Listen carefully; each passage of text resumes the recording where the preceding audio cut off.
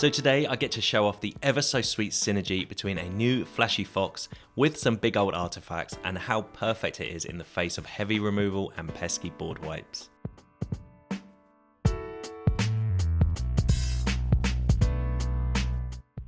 Hey everyone, Hex here, and today I'm highlighting the amazing combo between Werefox Bodyguard and my favourite prototype creatures. As always though, if you haven't yet, go ahead and hit that like and subscribe button. It massively helps out, and needless to say, I really appreciate all your support you give this channel. But onto this deck, and I want to start by introducing Werefox Bodyguard to this channel. It's the first time I've used this card, but it's oh so great at disrupting all interactions your opponent may have. So essentially it's a 2/2 elf fox knight for 3 with flash, and says when it ETBs, exile up to one other target non-fox creature until it leaves the battlefield. Then for 2 mana you can sacrifice it and gain 2 life at any time. I'd say it's a souped up brutal Cathar with an added bonus. Firstly, you can target your own creatures, secondly it has flash, and thirdly it can sacrifice itself. So you can use this card for your opponent's threats, but today I'm going to be using it to power up my own creatures and using it very offensively. So how do we do this? Well, let's bring in the prototype creatures. I've used these a lot over the last few sets, but playing the Fleshgorger or Steel Seraph for its prototype cost, then finding a way to flicker it will end up with it being the full chunky version. The Fox allows us to do this in a super cool way. So wait for your opponent to target your Fleshgorger, say, pay its war cost, then flash out your Bodyguard to exile your creature. You can either pay its 2 mana sacrifice effect that turn for a 7/5 Gorger the next turn, or just wait, holding up the threat until the time is right. This leaves your opponent reluctant to fire off any board wipes or removal,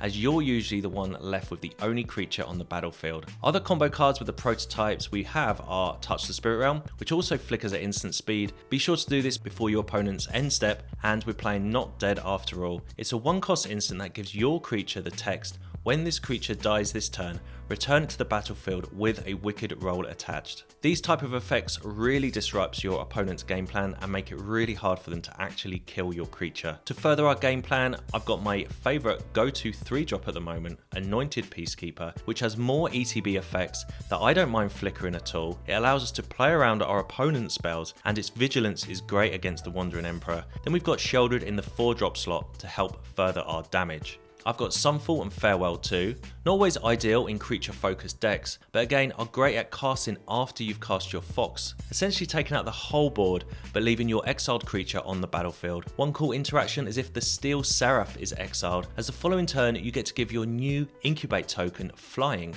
for some potentially massive damage. Against the meta I'm facing, I've got Cut Down and Go for the Throats. Incidentally, these don't work against our big threats, and I've noticed a lot of people playing this type of removal. We've got Elspeth's Smite, predominantly for Swift Spears and to hold down the fort for the first turn. And the card I'm most impressed with today, Temporary Lockdown. It clears soldiers, enchantments, the whole mono red board, tokens, the list goes on, but in our deck, it leaves our creatures alone. I've got 25 lands, including 4 crucial Restless Fortresses for some added damage, and that is the deck. This deck speaks for itself, and it's so satisfying, fizzling your opponent's spells with your Fox or Touch the Spirit Realm. It's a lot of fun to play with, and I encourage you to try it if you want to play something a bit different. Anyway, if you have any thoughts on this deck or cards I should be playing going forward, you can let me know in the comments below. You can find me on Twitter, and as always, thank you for watching. Alright, on the draw. Hand looks pretty sweet if we can get to turn 3 and not be dead. So, fingers crossed no mono red. Opponent with an Argoth. It's definitely not mono red. And they find a island, and we find our 3rd mana. So, hopefully we're just pretty good here. And it's Titania for them. Okay, well, at least that gives us a window now to play a spell. Had they not played Titania, I would be slightly concerned about the open blue mana. Definitely a landfall deck or land matters deck. We'll name the Tortoise here. Not entirely sure what is the ideal card to name there, but I think the Tortoise is one of their better cards. And they get in there with their Titania. Well, that is a no block situation. And there's Tachiova. Okay. Well, we have a Go for the Throat now, so we can deal with any threats later on. I'm going to give them the option to block here. They don't. Okay. Well, yeah, let's just drop the Fleshgorger. So we can play the Bodyguard later on the Fleshgorger, sacrificing the Bodyguard and then having a big 7-5 on the battlefield. For the moment though, we'll take the 6 damage from our opponent. Fleshgorger's going to gain us back some life. And we find a 5th mana and it's untapped, importantly. We'll go to the attacks, we'll give the opponent the option to kill this Peacekeeper. And they don't want to. I think we'll just end our turn. So we have the Bodyguard and its activation available. All go for the throat. Opponent with the Archaeologist. I think we'll just take out Slowgurk right now. It's a card I have had problems with in the past. Actually trying to kill it. But I think we should be okay in this game. Opponent is going to cast Reclusive Taxidermist. Well, this is a little interaction I like. Playing the Bodyguard on the Fleshgorger here. And we don't even have to sacrifice the Bodyguard now because opponent has gone to attacks. We can just block one of their creatures. And that is a 7-5 on the battlefield. And that's how the Fox can do so much work on the sort of offensive. I guess it did block the Tatiova as well. But yeah, we get to play the Steel Seraph now. And hopefully this should be game over as we can give our Fleshgorger flying. And yeah, they are one swing away from dying with the Fleshgorger, which they can't target as it has Ward 7 life. Opponents, I think, just going through the motions here. And they attack with Tatiova. Well, that's just a no-block situation. I guess they go up to 8 life for the Titania, but we do have lethal here with our land. And if we just give our Fleshgorger flying, its menace and the fortress trigger should be enough to kill our opponent. Yeah, that 2 life from the Titania could have come to help them there, but luckily we had a creature land available. Alright, on the draw again. This time up against a Izzet deck, it looks like, as opponent has a Restless Spires as its turn 1 land. Our hand is looking okay. Oh, and it is a green-blue land. I was thinking that maybe they had the Swift Spear that turn, and that's why the Elspeth Smite's in our deck. But it is a Frolicking Familiar is going to do 1 damage to us. And so is this some kind of spells deck then? Extraordinary Journey. Okay, I remember this card from the pre-release. I had it in my hand, but never actually got a chance to cast it. But essentially, the opponent is going to draw each time they cast a card from exile. So probably up against a Temur Adventure deck here. That's cool. Something a bit different. I haven't seen one of these on the ladder yet. Opponent with Scolding Viper is going to return our Fleshgorger to our hand. And this normally suggests they have a counter spell here because it's not likely that they would do that and take 3 damage, but we'll see. We'll play our Fleshgorger anyway. We can't do nothing. Yep, there's Make Disappear. Okay. I guess we could have played the Steel Seraph instead, but don't want to give them the information that we've got that in our deck right now. And it is the Frolicking Familiar for our opponent. They get to draw a card, as that's cast from exile. And the Viper. And the Journey only allows you to do it once a turn, so I don't really want to do this, but I'm just going to Sunfall now. I don't like Sunfalling that early. In fact, I don't like casting that card at all, but it works pretty well in our deck. If we had the Werefox Bodyguard, I would have not cast it straight away. But opponent does discard their hand and draw some new cards. So we could attack here with our own land, but opponent does have a 2-1 land available. I'm going to give them the option to block with it, to be honest, with the 2-2 here.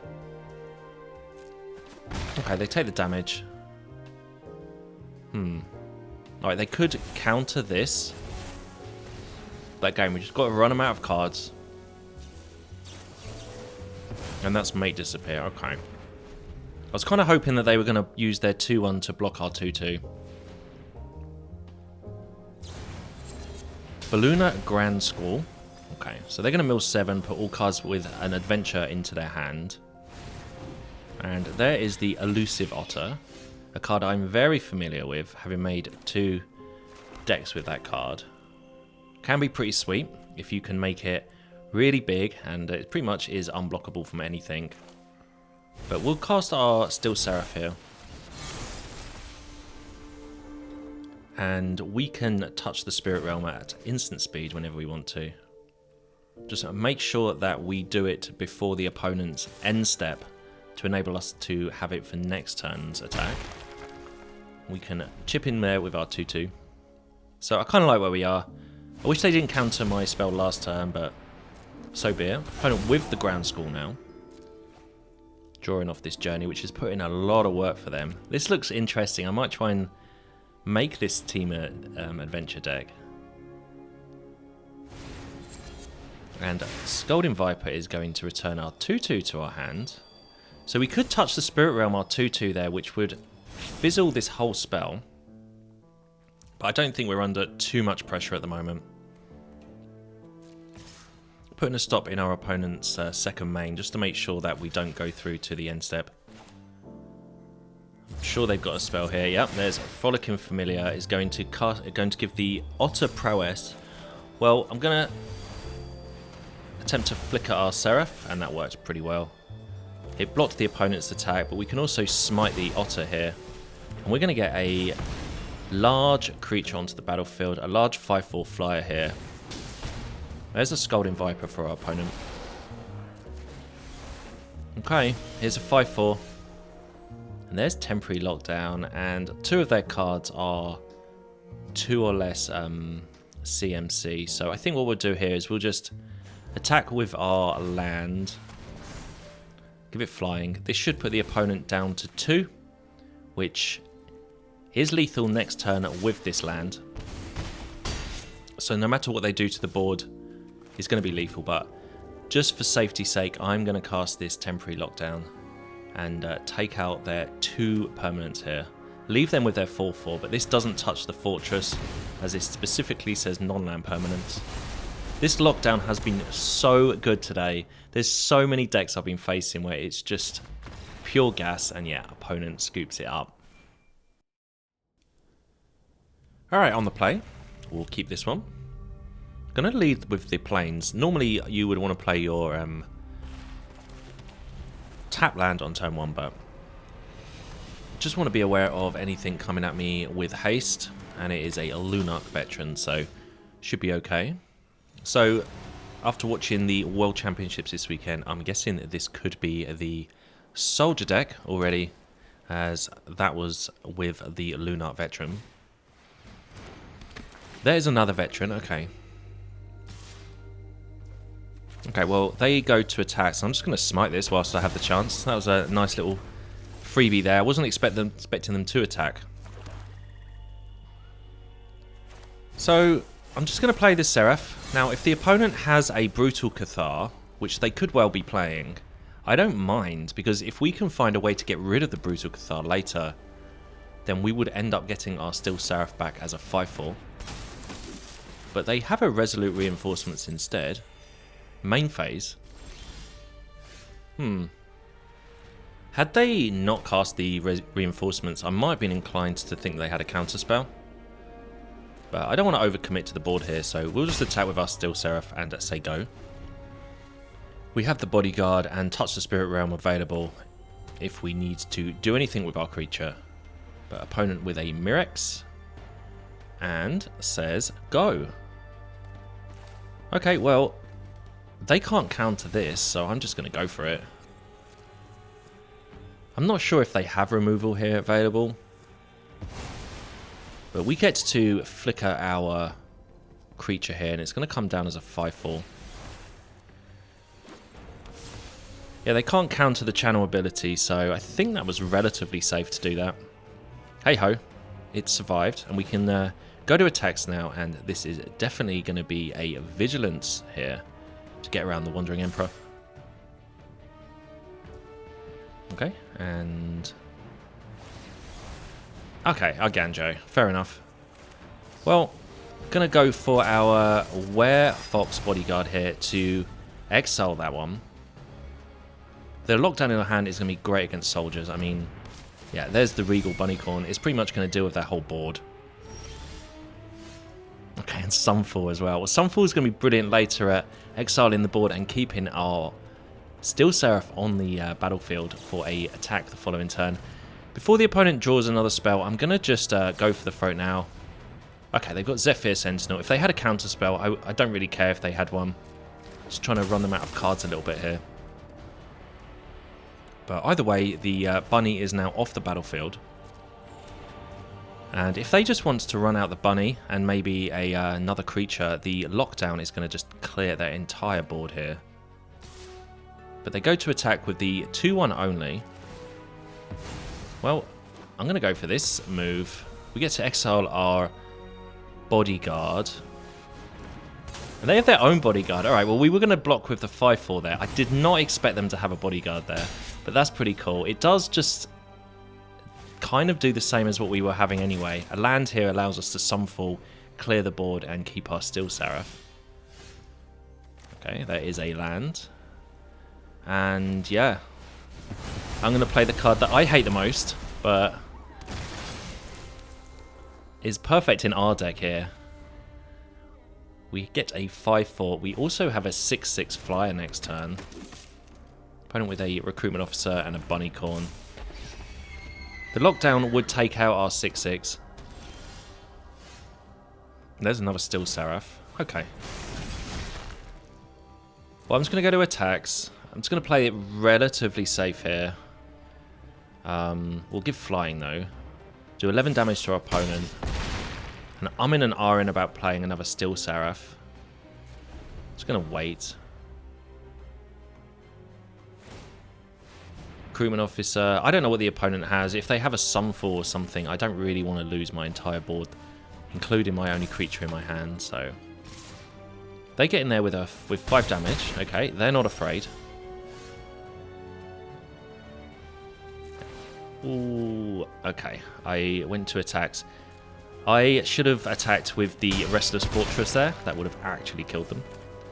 And because of that, I'm going to just cast this temporary lockdown and clear the board. Yeah, so mislethal there with the Fortress, but we still should be okay. Lunarch Veteran for our opponent. And I don't think they can gain enough life to survive. And Resolute Reinforcements for them. And they go up to 4, but are going to die with our flyer. Should have absolutely attacked with the land there. Alright, on the play, hand looks pretty nice. We kind of got all our eggs in one basket with this Fleshgorger, so let's hope that that plan succeeds. But I'm going to play the Caves of Koilos first. We'll kind of give them the impression we might have a cut down available. Clearly we don't, but these little gains might help us. And there's a Fortress, which is a pretty nice time to be playing our tap land there. Okay, opponent looks like they're on Esper, and here comes Dennick. Okay. Well, I'm going to slam the Peacekeeper here. This is my absolute favourite turn 3 play. Couple of Raffines cut down. Well, I'm going to name Raffine. That would have been their turn 3 play. This is why I love the Peacekeeper so much. It just throws our opponent off their curve by at least 2 turns. And cut down doesn't really work on Peacekeeper. Although they did draw a Thalia, which is a pretty annoying card for our deck. But we can see what's in their hand, and I'm not overly concerned right now. We'll get our Fleshgorger down now. We'll keep our other Peacekeeper until opponent has some unknown cards available. But if we can find a way to sort of flicker this Fleshgorger, maybe give it some flying with a Steel Seraph, we should be in business, as we can get through their Raffine, as the Fleshgorger has Menace. But not much for us to do this turn. Certainly not going to be attacking, and we'll just end it, holding open our Werewolf, holding open our Touch the Spirit Realm. Opponent with Otawara. Well, I'm going to flicker this Peacekeeper. So we could have bodyguarded it then. But the Peacekeeper is going to... It's going to come back in the opponent's end step. But it does allow them, I guess, to play Raffine. Maybe I could have played the Bodyguard and then instantly sacrificed it and named Rafine. But I really want to hold the Bodyguard for this Fleshgorger a bit later. And we have Sunfall as a sort of get out clause here. But I'm going to block with the Fleshgorger, bring out the Bodyguard. Opponent does have Cut Down available, but Thalia on the battlefield means that they can't actually afford it. We will name Cut Down though, just to slow them down. It's not the best card to name, but it's what's in their hand. They don't obviously want to cast the other Rafine. Other thing we could have done then is cast the Bodyguard pre-blocks. And then we could have targeted our Fleshgorger, blocked with the Bodyguard. That would have brought a 7-5 back. And then, but I don't think that would really push us any progress here. We're still probably looking to Sunfall, and having the Bodyguard protecting the Fleshgorger is going to allow us to have a late game 7-5 instead. Opponent gets in there with their Rafine only though. Not sure what they're necessarily looking for, but I just think we're on the sort of wait for Sunfall game. I don't really like doing that, but that is what we're here to do. That's why the card's in the deck. We find another Peacekeeper, no 6th mana, so I think this is high time we play our Sheoldred now. Sheoldred is pretty nice in the face of an opponent's Rafine. It also means that Skrelv can't just necessarily name white to get a free attack through for one of their creatures. I reckon they want us to block their Dennick here with Sheoldred. Otherwise they...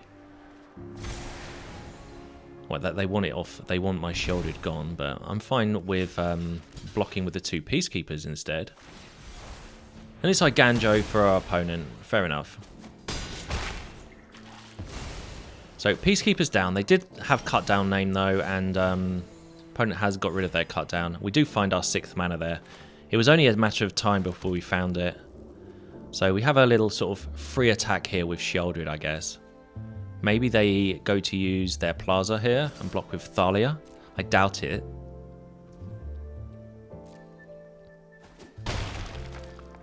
But we'll just cast our Sunfall here. This is going to blow up the board, leave us to 7-5. And opponent's down to 14, so that's two hits from the Fleshgorger. We do get a 6/6 Incubate token as well. Opponent with a Mastermind. And Dennick, the Apparition. So this has gone pretty well for us, actually. They get in there. Okay, I did not expect that. Okay, well, there's Adeline as a follow-up. So pure gas from our opponent. But we have pure gas too with Go for the Throat, take care of Adeline. Guess that Dennick triggers, fair enough. But we're going to attack our opponent here for 13 damage.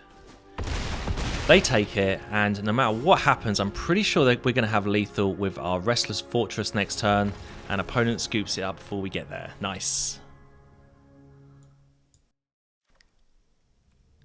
Alright, on the draw. Okay, we'll see where we go with this hand. Lots of interaction for our opponent. They do start off with a Beside You, so I'm going to play our tapped Fortress. I don't think we're going to be smiting on turn 1. And it looks like opponent's on Selesnya at the moment. It could be a multitude of different decks, and it's Questing Druid for them. Well, I'm going to shoot that because this following turn I want to cast the Fleshgorger. And then we've got Sheoldred as a follow-up. And once again, Farewell. Only one copy in our deck. Farewell is going to be as our sort of get-out clause if we need it. Opponent with Borrowed Time on the Fleshgorger. Takes 3 damage to do that. So are they an enchantment build? Do the most mana-efficient play here and cast Sheoldred. Down to 15. Okay, and it's Ossification. So I'm kind of hoping that this is going to go the way that I think it's going to go. We're just going to play all our creatures. And they're going to use enchantments to exile them. We're going to cast Farewell, and that should be game. There's a Naturalist. It's one of my most hated cards. I'm actually just going to she's just going to kill it. I think we could have waited for Calyx to maybe target it, because I think it was going to. Steel Seraph, okay. Well, we can give our creature vigilance here. And get in there. Put him down to 12. And we're just waiting for this this 6th mana. I'm not going to play the Steel Seraph. Don't want to go too crazy. Circle of Confinement to take care of our 3/3 that's on the board. And Callous is now a 4/4. Here comes the Kami of Transience, which we can smite if we need to next turn.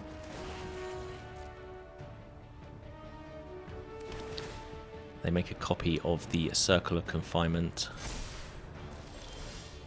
And there's a Bodyguard, okay. Alright deck, come on, we just need that one last mana here. And I'm pretty sure that's going to be game over. We'll definitely cast a Steel Seraph here as mainly just a blocker. And there's a Beside You for our opponent, and what they don't realise is they are probably going to give us the game win here by giving us a Plains. There's no way they can do 16 damage to us. I guess if they had a Michigo's Reign of Truth, they might have been able to there. But they're coming at us. We will smite this Kami of Transience. Absolutely no problem in them transforming Invasion of Theros into their 4/4. Although it's indestructible, it's never going to survive a farewell. And here we go. I'll just take out everything. And this should be game over. I feel a little bit sorry for them. But we have a plan, and that is exactly why farewell is in the deck, to be completely honest. It's to bring back these creatures. And not only did they just ossify and borrow time, just our general creatures, they were the prototype creatures, so it's even more damage for us. And yeah, we just give our well, in fact we just got lethal, haven't we? Doesn't matter what's going on here. And opponent dies.